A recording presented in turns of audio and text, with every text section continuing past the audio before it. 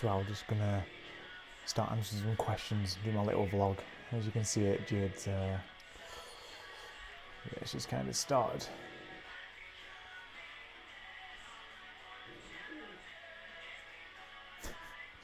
Bought that for myself to recover.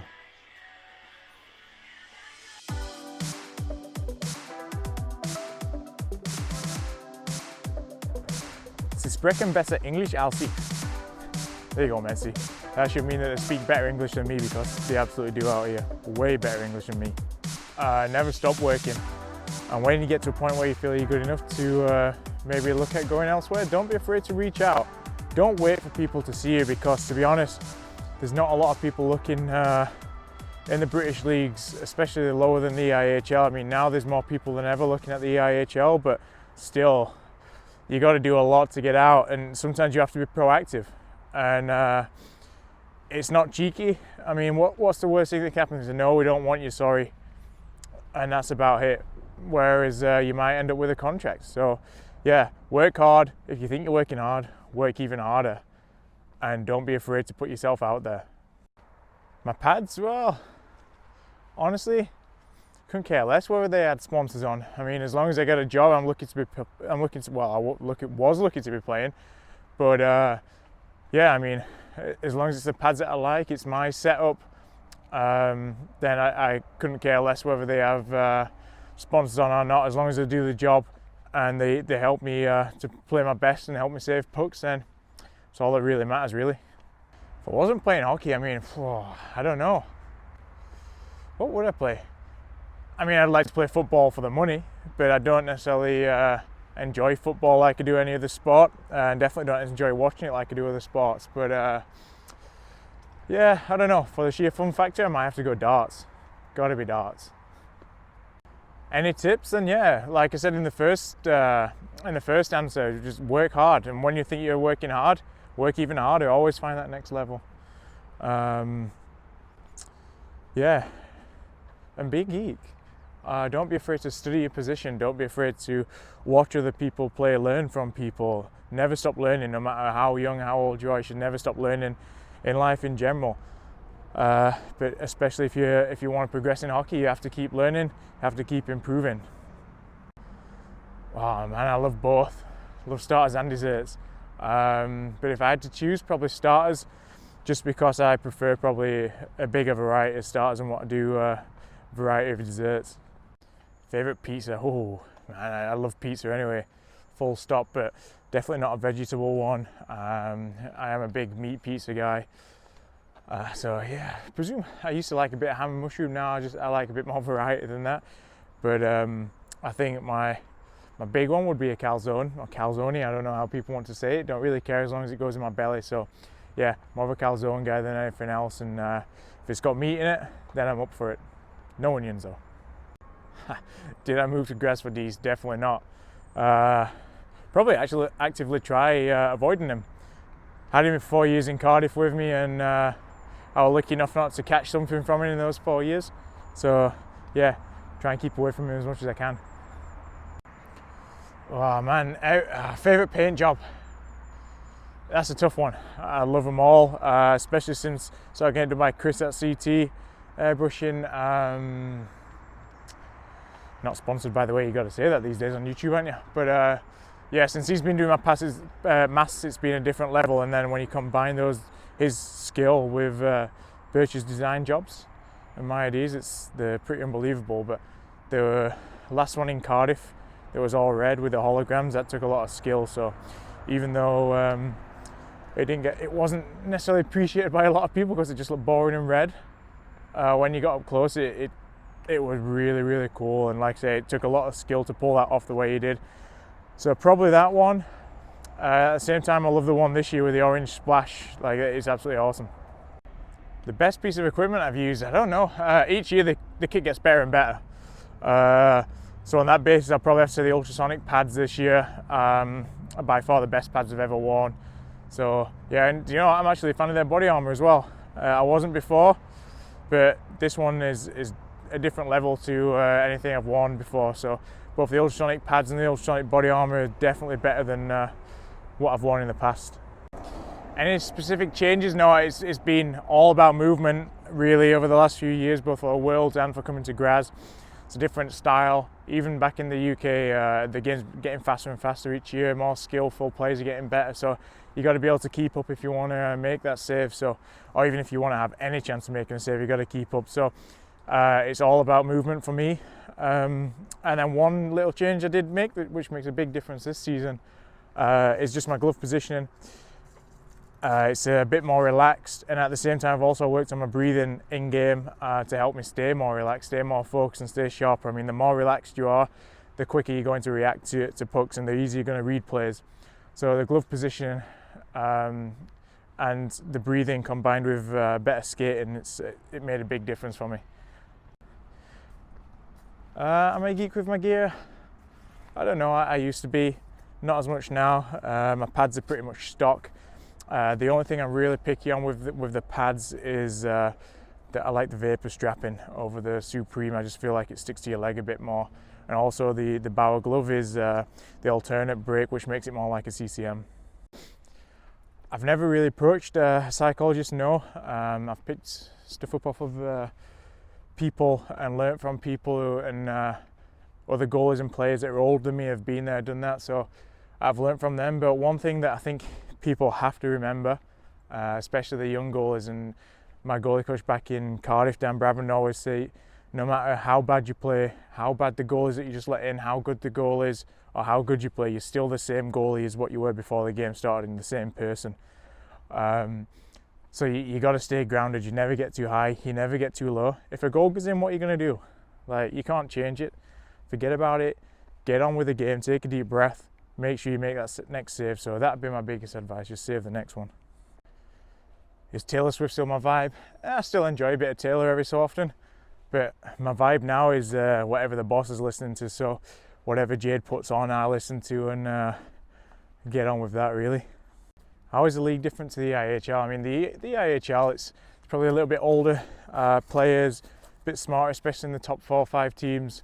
But there's a lot more board battles. It's slowed down a lot more. It's dump and chase, whereas here it's end to end, north south, east west. When it's in your zone, and there's not as many board battles. It's constant and it's just a million miles an hour right from the off.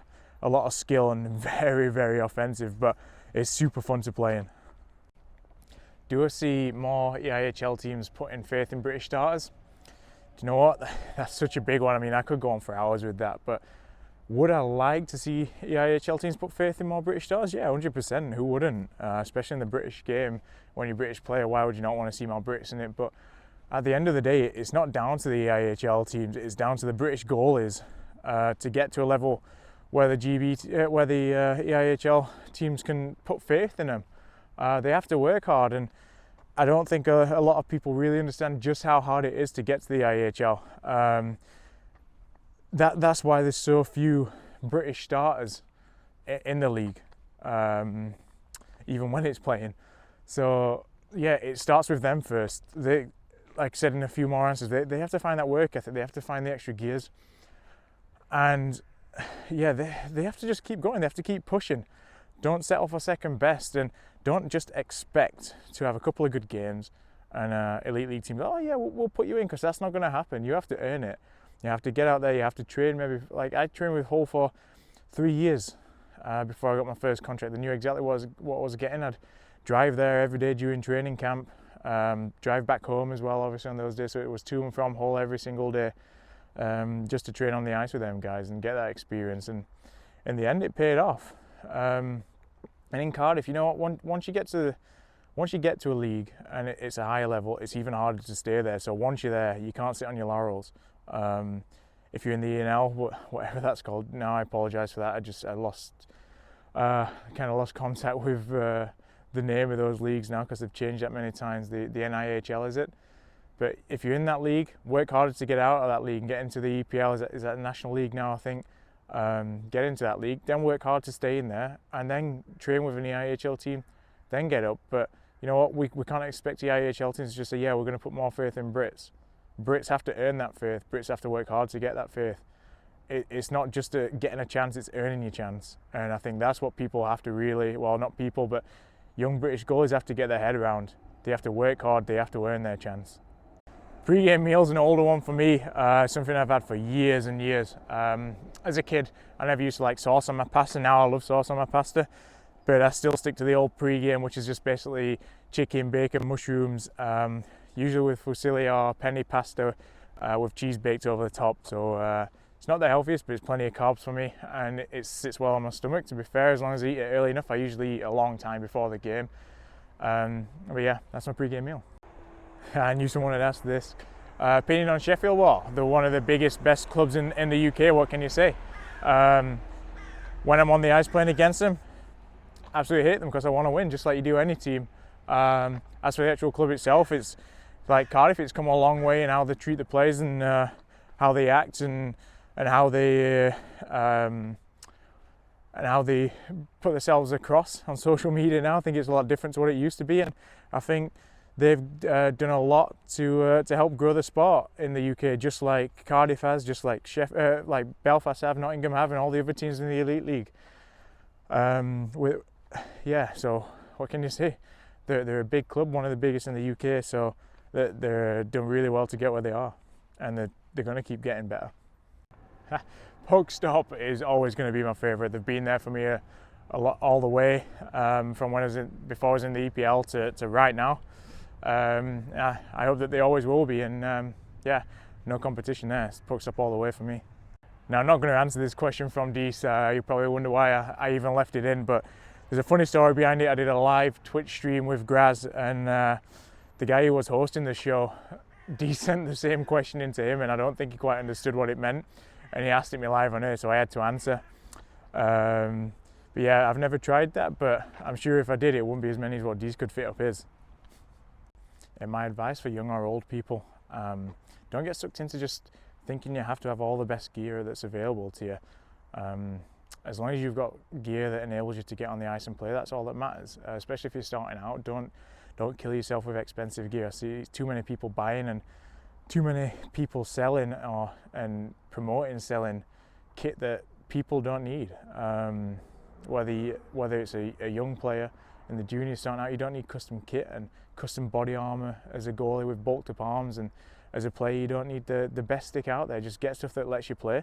Then once you get to a point where you think you can justify that better gear, then buy it. But on top of all that, and most importantly, just have fun and enjoy it. Why did I leave Cardiff? Well, I had first of all, it was hard, really hard decision. I loved it there. Jade loved it there. We bought our house there. I mean, our lives are down there. Our lives are in Cardiff and Barry, but I was given or offered an opportunity that I just couldn't really turn down, couldn't resist, and it gave me a chance to better myself, get on that European stage, and yeah, hopefully fly the flag for the Brits. Obviously, once I'm back, I'll start doing that again. Why am I so good looking? I don't know. Whoever asked that question, they must be pretty good looking too. Who filmed that knee brace sequence? Well, I think she knew exactly what you were asking. Didn't you, Jade? I think they have awesome camera skills. She's not as good at getting the dog ready to go to the vet, so. And Jack Hughes has pretty much zero nightmares about that save back at the Worlds. He's in the NHL right now, making hundreds of thousands, probably millions. So I guess that would be the least of his concerns. But for me, it's pretty cool to have actually made that and see all the publicity around it. For him, yeah, I don't think he really cares. Positioning tips: line up with a puck, not with a player. It's a common mistake in goals that haven't been playing very long. They always tend to line up with the player and line up with the player's body, not the puck. And just remember that it's an easy mistake to make. I mean, pros still do it. I mean, no one does it intentionally. We all know to line up with the puck, but sometimes you just get caught out of position and you're actually in line with the guy's puck, with the guy's body, and not the puck. So yeah, that would be a big easy fix for me. And also, as you get a bit more advanced, and just learn how to read the stick blade. There's so many things go into reading and reacting plays, but again, that's for another time. That's for another vlog, and yeah, we can maybe discuss that in a later episode. Oh, nearly spilt that, Kinga. What can we learn? I mean, I think that they take care of the young guys, the young Austrians, a bit better than what they maybe do in Britain, and if they're not getting game time, they send them down to the under-20s or to an Alps team if they can get them into that league. So yeah, they also have probably better setups. All the juniors teams, from what I can see, seem to be affiliate with the top level teams. I might be wrong on that, so don't count me on it. But yeah, that's what seems to be the thing here, the big thing. They all seem to be affiliate or have some kind of connection. And I think on top of that, the league allows coaches to really try and play younger players. Obviously, the biggest hurdle for coaches back in Britain is playing young players and giving them development while still winning games. And it's hard. I mean, you're putting a young guy who's 16, 17, 18 out for the first time in a league game that from day one could cost you what that one mistake in game one could cost you the league title in game 56. So until we change the structure of the British sport in the fact that it's the playoffs the big thing and not the league, and change it from being more about football and being more hockey specific, I don't think development will really be able to change in any of the leagues back in Britain. But saying that, going for the league makes it probably the most unique ice hockey league in the world, because everyone else and everywhere else goes for the playoffs. What would a Ben Bounds now tell a 10-year-old Ben Bounds? Lay off the turkey dinosaurs when your grandma gives them to you, or cooks them for you. Don't eat as many. Learn to say no to that. And I mean, I'd go back and tell myself to have fun. Just have as much fun as what I did, probably even more. And just enjoy the process a bit more. I think sometimes I take a bit too serious, put a bit too much pressure on myself. But yeah, I always worked pretty hard. When I got to an age where maybe I laid off a little bit, so I'd tell myself to make sure that when I was 14, 15, 16, I didn't take the foot off the gas like I did, or not to take the foot off the gas like I did back then. But yeah, it'd be very much just do what I did, because it's been one hell of a ride so far. It's been a lot of fun, and honestly, where I am right now, yeah, you'd like to be in the NHL in hundreds of thousands, but I'm not. I'm in Austria, and it's still a great league, and the experience I've had back in the British League and for Cardiff especially over the past 6 years, and with GB, I've achieved things that I never thought I'd achieve, and I've achieved my dreams basically from being a young goalie, especially with the top two of the world last year. So yeah, I wouldn't change a lot, but I'd give myself the advice just to lay off the turkey dinosaurs and have as much fun while keep working hard. Yeah, so this one might be a little bit of a long one, which is why I put it last, but motivation for me has never really been a hard thing to come by. But I mean, especially with this injury, it can get very frustrating when you're out of action. You want to do something that you love, and you get that taken away from you. But at the same time, I know in myself that there's nothing I could have done to avoid that injury. I mean, if it happens 99 times out of 100, it's the same outcome, just with how the play developed and the impacts and everything like that. But you look outside of that, I mean, I'm still getting paid. I'm part of a great team. I'm part of a great club. I'm living in Europe. It's a life experience. And at the same time, around the world, there's people dying. There's people losing family members, people losing friends to this ridiculous virus, and the times that we find ourselves in right now. So I mean, that's one big motivational factor, just to give you a reality check. Everything else is fine. All the things that matter in life are fine.